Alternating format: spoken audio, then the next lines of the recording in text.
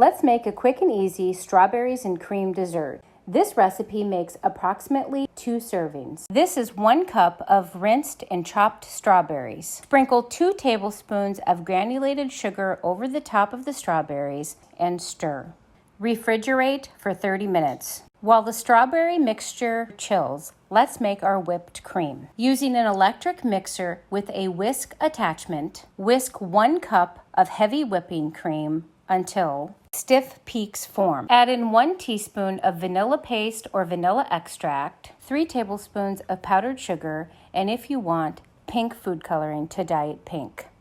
Give it a final mix, being careful not to overmix. If your strawberry mix has been refrigerated for at least 30 minutes, it's time to fold them into the whipped cream mix. Now refrigerate the entire mixture for an additional 30 minutes. This is optional, but I'm decorating the inside of this glass with strawberry pieces before I put my mixture in. I'm using a piping bag with the end cut off and no tip to pipe this in. It makes it easier to fill without disturbing the strawberry pieces and makes for a nice presentation. I'm topping this off with canned whipped cream just to make the process easier. If you're still awake and you're still with me, like and subscribe.